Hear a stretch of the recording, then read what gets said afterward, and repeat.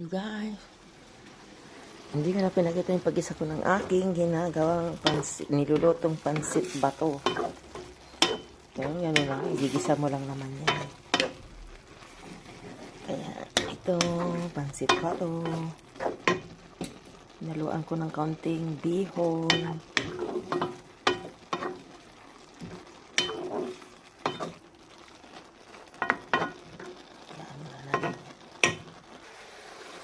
Pansit bato na may halong, ayan, na-moist na.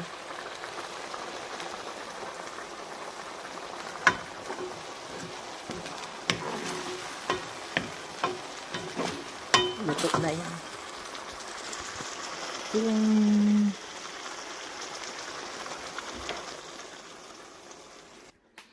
Tara, mamigay na tayo.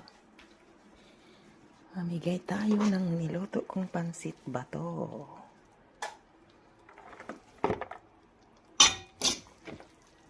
Ayan, nagluluto ako tapos pinamimigay ko lang din.